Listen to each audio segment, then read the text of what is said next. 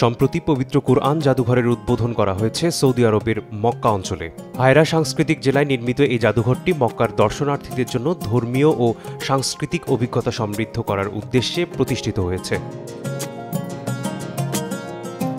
মক্কা ও পবিত্র স্থানগুলোর জন্য রয়্যাল কমিশনের তত্ত্বাবধানে নির্মিত এই জাদুঘরটি কুরআনের তাৎপর্য তুলে ধরতে জ্ঞান ও আধুনিক প্রযুক্তির সমন্বয়ে সাজানো হয়েছে।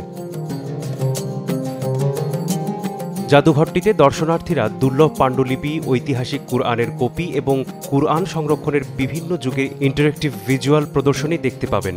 এতে হযরত উসমান রাদিয়াল্লাহু তাআলা আনহু এর কুরআন পাণ্ডুলিপির একটি আলোকচিত্রিত কপি এবং কুরআনের আয়াত সম্বলিত প্রাচীন পাথরের শিলালিপিও প্রদর্শিত হবে।